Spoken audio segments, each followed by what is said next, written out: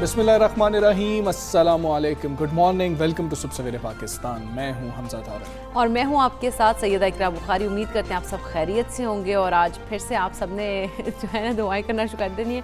वैसे तो आज की जो टीम है उसको हर कोई कमज़ोर टीम कह रहा है कि कंसीडर करे कि नामीबिया से पाकिस्तान का मुकाबला होगा तो वो एक कमज़ोर टीम है, क्योंकि अफगानिस्तान से जब उसका लास्ट मैच हुआ तो काफ़ी अच्छे खासे मार्जिन से अफगानिस्तान ने भी उसको हराया। तो आज हम ये दुआ करेंगे और उम्मीद ये भी करेंगे कि पाकिस्तान बहुत ज़्यादा अच्छे मार्जिन से उसको हरा सके। बिल्कुल ऐसे ही है, मतलब कि आज भी इकरा ने हमें दुआओं पे लगा दिया। दुआ इसीलिए नहीं हमजा कि वो मार्जिन जो है एक अच्छा खासा मार्जिन रख के हम लोग जीत। अच्छा, वैसे अगर हम जीत जाते हैं आज तो हम सेमीफाइनल में क्वालिफाई कर जाएंगे और फिर हमें रन रेट वगैरह देखने की ज़रूरत नहीं होगी। हाँ, अगर न्यूजीलैंड 4 मैचेस जीत जाती है और फिर उसका रन रेट बेहतर होता है तो वो पहले नंबर पे आ जाएगी। लेकिन सेमीफाइनल हम खेल रहे होंगे, उसमें नुकसान सिर्फ ये होगा कि आपका इंग्लैंड के साथ फिर मुकाबला हो रहा होगा। जो भी टीम दूसरे नंबर पर होगी इस ग्रुप में से उसका इंग्लैंड से मुकाबला सेमीफाइनल में हो रहा होगा। और इंग्लैंड ने तो कल भी तबाही मचा दी। इंग्लैंड ने वैसे कल कमाल मैच खेला, बटलर ने सेंचुरी मारी है। इंग्लैंड जो है सेमीफाइनल में आ गया, वो तो मतलब आ गया। तो अब अगर हमारे में से दूसरे नंबर वाली टीम का इंग्लैंड से होगा। हाँ, और बटलर ने क्या कमाल सेंचुरी की, उससे पहले वाले मैच में भी 50 की थी, तो वो बड़ी तगड़ी टीम बनके सामने आई है। लेकिन पाकिस्तान से हमें तो उम्मीद है कि अगर पाकिस्तान और इंग्लैंड का फाइनल होता है जिस तरह से लोग प्रेडिक्ट कर रहे हैं, पाकिस्तान जीत जाएगा, क्योंकि कोई एक आधा मैच इंग्लैंड के लिए तो भारी पड़ेगा ही। बिल्कुल हमजा, अगर पहले हम क्योंकि हम पहले नंबर पे हम अपने आप को देख रहे हैं कि हम पहले नंबर पे सेमीफाइनल में होंगे, तो फिर हमारा किस टीम से मुकाबला हो रहा होगा। अच्छा, पहले में होंगे,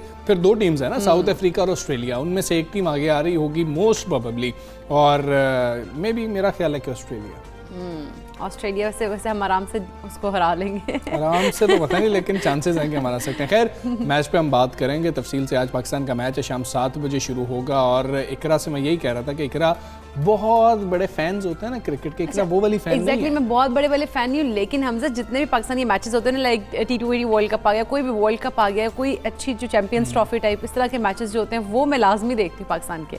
और अगर पाकिस्तान हार रहा हो फिर मैं देखना पसंद नहीं करती, लेकिन अगर पाकिस्तान जीतता हो तो फिर मैं बहुत शौक। मेरी कोशिश होती है कि टेस्ट मैच भी हो तो मैं हर गेंद देख रहा हूँ, मैं उस तरह का फैन हूँ। लेकिन ये तो T20 वर्ल्ड कप में इकरा काट गई है मुझे, और इकरा की हर चीज़ पे नजर है, कि चीज़ पे अच्छा ये हो रहा है, वो हो रहा है, ये ऊपर जा रहा है, ये नीचे जा रहा है। तो इस तरह से हमने परफॉर्मेंस भी इतनी अच्छी दी है टीम ने कि अब सब लोग जो हैं जो क्रिकेट उस तरह से नहीं भी देखते वो बहुत अच्छे तरीके से देखते हैं। हमजा वो उन लोगों को भी इतनी सेंस हम लोगों को भी आगे, लेकिन जैसे कि देखा जाए, मुझे देखा जाए तो मैं इतनी बहुत ज़्यादा इतनी कोई क्रिकेट लवर नहीं हूँ, लेकिन उसके बावजूद भी इतनी सेंस अब मुझे भी आई कि जिस तरह से टीम सेलेक्ट हो रही थी हमारी, उस पर क्रिटिसाइज हो रहा था, तो क्रिटिसाइज करते करते टीम है बहुत ही हमारी आप कह लें कि फाइन किस्म की सेलेक्ट हो गई। उसके बाद जिस तरह से आगे खेल रहे हैं सब लोग, और हर एक प्लेयर का पता लग रहा है कि ये वाले प्लेयर पे क्रिटिसाइज किया जा रहा था, तो अब देखिए परफॉर्मेंस उसकी खुल के सामने आ रही है। चलिए आज देखते हैं वैसे टीम में तब्दीलियां भी क्या होती हैं। वसीम जूनियर का नाम सामने आ रहा है कि वो खेल रहे होंगे, और शायद इमाद की जगह नवाज भी खेल रहे होंगे, तो इस तरह की तब्दीलियां भी। अच्छा, वैसे हसन की जगह तो शाहीन को रेस्ट देना चाहिए, कि आपको पता है कि जो बंदा ठीक जा रहा है उसको तो आप चाहेंगे कि अभी हसन अली अपने रिदम में नहीं आए तो वो रिदम में वापस आए, तो उनको तो मजीद खिलाना चाहिए, ना कि रेस्ट देना चाहिए। लेकिन देखते हैं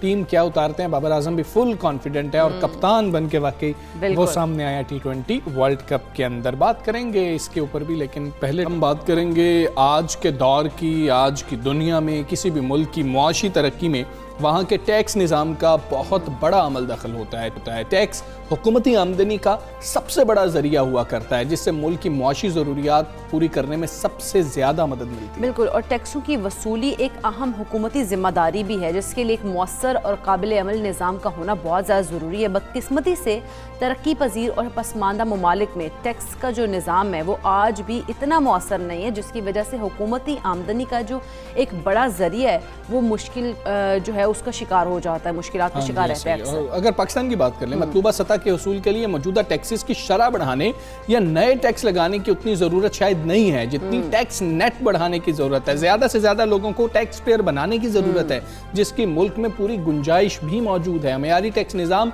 बिलाशुबा हमारे मुआशी मसाइल का वाहिद और पायदार हल है। बिल्कुल, और मुल्क की तरक्की और खुशहाली ही नहीं बल्कि बकाओ सलामती के लिए भी इसका वजूद में लाया जाना अब बिल्कुल नागुज़ीर हो चुका है। बिल्कुल ऐसा ही है। सारी सूरत हाल के ऊपर हमने बात करनी है। हमारे साथ मौजूद है income tax commissioner Shahid Bashir साहब। शाहिद बशीर साहब, अस्सलाम वालेकुम, गुड मॉर्निंग सर। सर ज़रा ये बता दीजिएगा, हम बात करते हैं कि हुकूमत को टैक्सेस की शरह में इजाफा नहीं करना चाहिए, आम आदमी के ऊपर बोझ पड़ रहा होता है। साथ ही हम बात करते हैं टैक्स नेट को अगर बढ़ा दिया जाए तो ये बेहतरीन एक सोल्यूशन हो सकता है, लेकिन वजह क्या है? ज़्यादा लोगों को हम टैक्स नेट में शामिल क्यों नहीं कर पा रहे हैं? इसको कैसे किया जा सकता है?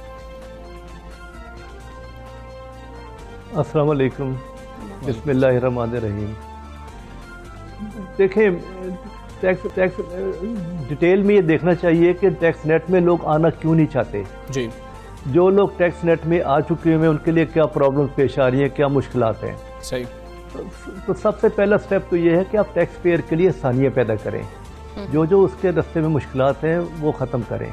मैं पहले सबसे आपके साथ एक बात करूँगा जो टैक्स पेयर के लिए आजकल बहुत बड़ी मुश्किल है, प्रॉब्लम पेश आ रही है उन्हें, वो ये है कि देखें, टैक्स लगाना डिपार्टमेंट का, इनकम टैक्स डिपार्टमेंट का हक है, राइट है कि वो टैक्स लगाएं, उसकी रिकवरी करें। ठीक है। उसकी अपील करना टैक्स पेयर का राइट है कि वो अपील करे।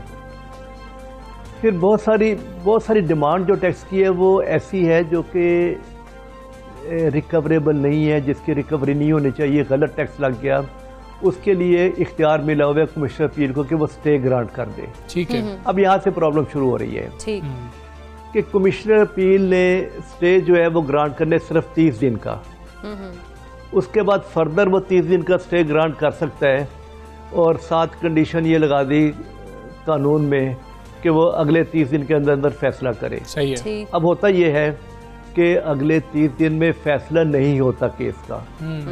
टैक्स पेयर की ग्रीवेंस तो ये है कि मुझ पर नाजायज टैक्स लगा हुआ है, ठीक है, मेरा टैक्स नहीं बनता। दुरुस्त। 30 दिन के लिए कमिश्नर अपील ने स्टे ग्रांट किया, तो इसका मतलब है वो अमाउंट वाकई कमिश्नर अपील सोच रहा है कि रिकवरेबल है, सारी अमाउंट की रिकवरी इसकी नहीं होनी चाहिए, उसने स्टे ग्रांट किया। ठीक है। अगले 30 दिन का भी उसने स्टे ग्रांट कर दिया। अब क्या होगा? वो 30 दिन में फैसला नहीं कर रहा केस का, और उसका इख्तियार भी नहीं है फर्दर स्टे देने का। तो मुझे ये समझ नहीं आ रही इस बात की, आज तक मुझे कोई जवाब नहीं दे सका इस बात का कि जब एक अमाउंट 60 दिन के लिए इरिकवरेबल है तो क्या 60 दिन के बाद वो रिकवरेबल बन जानी है? सही बात। अगर कमिश्नर अपील 60 दिन का स्टे दे सकता है तो 60 दिन के बाद वो स्टे क्यों नहीं दे सकता? और ये ह्यूमनली इम्पॉसिबल है कि वो 60 दिन के अंदर अंदर फैसला कर दे, इसलिए कि हज़ारों अपीलें फाइल हो रही हैं और उसकी कैपेसिटी नहीं है इतनी कि वो 60 दिन के अंदर हर केस का उस केस का फैसला कर दे। अब टैक्स पेयर यहाँ से टैक्स पेयर की ख्वारी शुरू हो जाती है। ये पॉइंट मेरा नोट करें, ये इतनी बड़ी प्रॉब्लम है हज़ारों टैक्स पेयर्स के लिए। यहाँ से उनके लिए मसला शुरू हो रहा है कि वो क्या करें। डिपार्टमेंट तो इंतजार में बैठा हुआ है कि इधर इस दिन स्टे ख़त्म हो और हम बैंक अकाउंट अटैच करें, रिकवरी कर लें। अच्छा, अब टैक्स पेयर बेचारा या ट्रिब्यूनल जाएगा या हाई कोर्ट जाएगा, वहाँ पे हियरिंग होगी, 30 दिन का स्टे मिलेगा, फिर दोबारा वहाँ पे अपील करेगा, फिर स्टे लेगा। तो मतलब है कि टैक्स पेयर तो ख्वार हो रहे हैं ना इस बात के लिए। तो क्यों नहीं कोई ऐसा तरीक़ाकार किया जाता कि कमिश्नर अपील जो है वो फर्दर स्टे भी ग्रांट कर सके। हाल अभी रिसेंटली ट्रिब्यूनल की जजमेंट्स तो आई हैं कुछ ना कुछ कि जी कमिश्नर अपील फर्दर स्टे भी ग्रांट कर सकता है, लेकिन लॉ में तो प्रोविजन नहीं है। इसलिए जब तक लॉ में प्रोविजन नहीं आती वो नहीं कर सकता और ना ही करेगा। ठीक है शाहिद बशीर साहब, जैसे इनकम टैक्स कवानीन में कुछ तरामीम भी की गई हैं, वो तरामीम क्या है ज़रा हमें वो भी बता दीजिएगा, और इससे टैक्स कल्चर में तब्दीली क्या आएगी?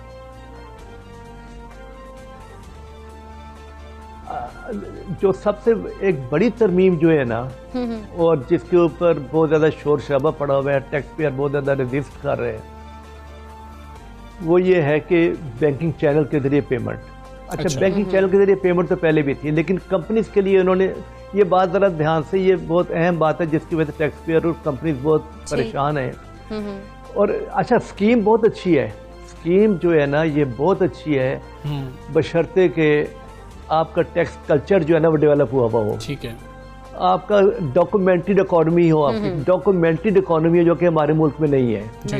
जबकि आपका जो है ना सब लोग अकाउंट्स मेंटेन कर रहे हो जो कि वो नहीं करते। बड़ा सेक्टर आपका नॉन कॉर्पोरेट है जो कि अकाउंट्स मेंटेन नहीं कर रहे। हाँ जी। अच्छा, अब कंपनीज के लिए ये कंडीशन तो पहले भी थी कि जो भी पेमेंट करें वो क्रॉस चेक के जरिए करें, बैंकिंग चैनल के जरिए करें या पे ऑर्डर के जरिए करें। अब फर्दर इस पे जो सख्ती की है वो ये है कि लिमिटेड कंपनीज जो हैं वो डिजिटल अकाउंटिंग, डिजिटल बैंकिंग के जरिए पेमेंट करेंगी।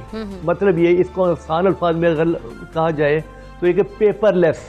सही है कि आपने एक शख्स को पेमेंट करनी है, आपने किसी और को पेमेंट करनी है तो आप उसको ऑनलाइन पेमेंट करें, पे ऑर्डर के जरिए ना करें और उसके बाद आप चेक के जरिए भी ना करें। अच्छा, अब यहाँ पे प्रॉब्लम क्या है कि मैं एक कंपनी हूँ सपोज, और मैं परचेज कर रहा हूँ किसी से, कोई मैंने 1 लाख रुपए की चीज़ें खरीदी हैं। सही। वो शख्स अपना अकाउंट नंबर ही नहीं मुझे बताता, वो कहता है जी मैं नहीं दे रहा, मैं जो करना कर ले, मैं आप मुझसे खरीदें ना खरीदें, मैं आपको अपना अकाउंट नंबर नहीं दे रहा, मैं क्या करूँगा? इस चीज़ की तरफ ध्यान देना चाहिए। अच्छा, अब लिमिट तो उन्होंने रखी है कि जी 25,000 से नीचे पे ये एप्लीकेबल नहीं है, लेकिन 25,000 आजकल क्या चीज़ है?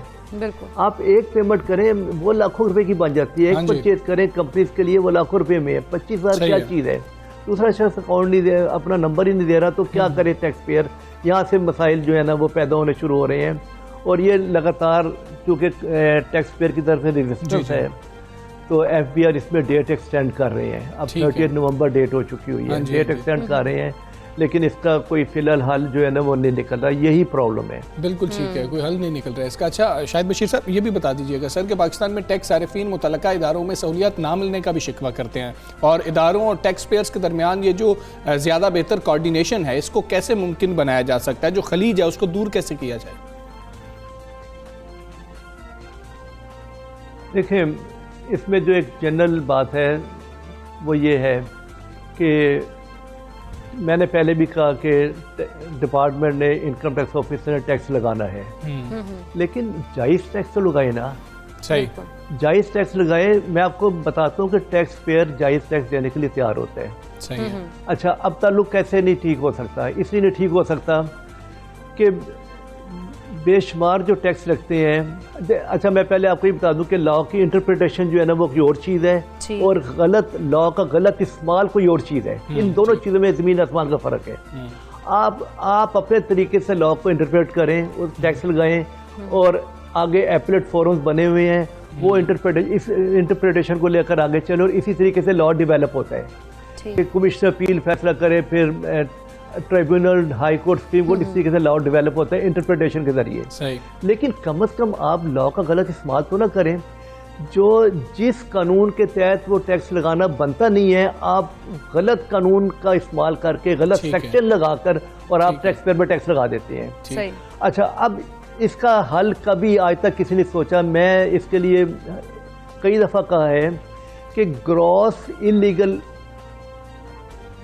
ऑर्डर जो है जिसमें ग्रॉस इलीगैलिटी हो, जब तक आप उसकी अकाउंटेबिलिटी नहीं करेंगे, उस ऑफिसर से नहीं पूछेंगे कि तुमने लॉ का गलत इस्तेमाल करके इतना हैवी टैक्स क्यों लगाया और टैक्स पेयर को तंग क्यों किया, उस वक्त तक हालात ठीक नहीं होने।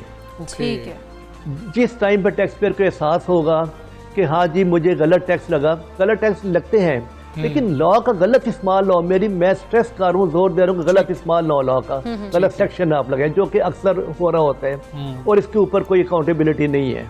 ठीक है। और ये बहुत ज़रूरी है। बिल्कुल ठीक है, अकाउंटेबिलिटी होना बहुत ज़रूरी है। शाहिद बशीर साहब, बहुत शुक्रिया आपका, सुबह सवेरे पाकिस्तान से आप कर रहे थे, और जो मतलब कि वो कह रहे हैं कि टैक्स देने के लिए तो लोग तैयार होते हैं, लेकिन जायज़ टैक्स देने के लिए तैयार होते हैं। कई दफ़ा कोताही कर दी जाती है, कई दफ़ा मतलब कि गलतियाँ ऐसी हो रही होती हैं कि जिसके बाद प्रॉब्लम होती है, और फिर टैक्स पेयर जो है कोई ऐसा मसला हो जाए, अपील करता है, तो उसके बाद उसको बहुत ज़्यादा ख्वार होना पड़ रहा होता है। और हमजा, जिससे उन्होंने अकाउंटेबिलिटी का कहा है, तो अकाउंटेबिलिटी हर चीज़ में होना बहुत ज़्यादा ज़रूरी होता है कि अकाउंटेबिलिटी जब तक नहीं होगी तब तक चीज़ें दुरुस्त समत में नहीं जाएंगी। बिल्कुल ऐसे ही। खैर, अब हम आगे बढ़ें, कुछ सिंध के तालीमी निज़ाम की बात कर लेते हैं। वहाँ पर निजी तालीमी इदारों के असातिज़ा के लिए एक अच्छी खबर आ गई है, और निजी स्कूल्स को असातिज़ा की तनख्वाहें कम से कम 25,000 रुपये करने की हिदायत कर दी गई है, और जो नई स्कूल करेंगे वो फिर सील कर दिए जाएंगे। हाँ जी, सूबाई वज़ीर तालीम सैयद सरदार अली शाह ने कहा है कि सिंध के हर प्राइवेट स्कूल के असातिज़ा को सिंध हुकूमत की मुकर्रर करदा उजरत यानी कि 25,000 रुपये देना ही होगी, और 25,000 रुपये उजरत ना देने वाले जो प्राइवेट स्कूल हैं, जिस तरह से इकरा ने बात की, उनको बंद कर दिया जाएगा। और सक्कर में मीडिया से जी गुफ्तगू बिल्कुल, और गुफ्तगू के दौरान उन्होंने मजीद ये भी कहा कि स्कूल औकातकार के दौरान किसी सरकारी टीचर को कोई निजी तालीमी इदारा चलाने की इजाज़त नहीं दी जाएगी। ताहम ड्यूटी के औकातकार के बाद अगर कोई टीचर चाहता है कि अपना कारोबार करे या कोई प्राइवेट मुलाजमत करता है तो उसे रोका बिल्कुल नहीं जाएगा। हाँ जी, उनका कहना था कि सिंध की तालीम अगर तबाह है तो सक्खर और लाड़काना के सरकारी स्कूलों में पढ़ने वाले तलबा CSS कैसे पास कर रहे हैं। तो तालीमी निज़ाम के हवाले से उनका है कि ठीक है, गलतियाँ मौजूद होती हैं, लेकिन इतना बुरा नहीं है कि जितना कहा जा रहा है। हमारे बच्चे CSS भी तो कर रहे हैं। सारी सूरत हाल पर हम बात करेंगे। प्राइवेट मैनेजमेंट एसोसिएशन सिंध के चेयरमैन तारिक शाह साहब हमारे साथ मौजूद हैं। तारिक शाह साहब अस्सलाम वालेकुम, गुड मॉर्निंग। तारिक शाह साहब, 25,000 रुपये देने हैं जी अब हर उस्ताद को, और ये कम से कम उजरत है। पहले कितनी तनख्वाह दी जा रही है और क्या 25,000 ही दी जा रही है? जी बिल्कुल, बहुत शुक्रिया देखिए इस अहम मौजू पर ऑन बोर्ड लेने के लिए। देखिए बात यह है कि मिनिमम वेज तय करना एक बहुत अच्छी बात होती है, लेकिन थोड़ी ग्राउंड रियलिटीज़ को भी मद्देनजर रखना चाहिए कि हमारे इस मुल्क के अंदर हाई फ़ी लेने वाले स्कूल्स भी हैं, लेकिन वहाँ ज़्यादा तादाद उन स्कूलों की भी है जो लो फ़ी चार्ज कर रहे हैं, जो कि बेसिकली सर्व कर रहे हैं, और एक ऑल्टरनेट है उन गवर्नमेंट स्कूल्स का जहाँ पर पढ़ाई नहीं हो रही, तो माँ बाप जो हैं वहाँ कम फ़ी में बच्चों को पढ़ा रहे होते हैं। तो उन स्कूल्स की मैं बात नहीं करूंगा जो हाई फ़ी चार्ज कर रहे हैं, वो तो अभी भी मिनिमम वेज से ज़्यादा सैलरीज दे रहे होते हैं, और अगर कोई नहीं दे रहा तो उसको ज़रूर पाबंद होना चाहिए कि वो मिनिमम वेज दे। लेकिन बात वहाँ आती है जहाँ स्कूल्स की फ़ी कम है, तो वो स्कूल्स कैसे बेयर करेंगे जो 1,000, 2,000, 3,000 फ़ी चार्ज कर रहे हैं। तो वो इसका बजट ही नहीं है उनके पास। या तो हुकूमत इसको इम्प्लीमेंट करने के लिए प्राइवेट तालीमी इदारों को कोई ग्रांट एंड एड जारी करे कि जो टीचर्स हैं उनको हम 25,000 सैलरी दे सकें।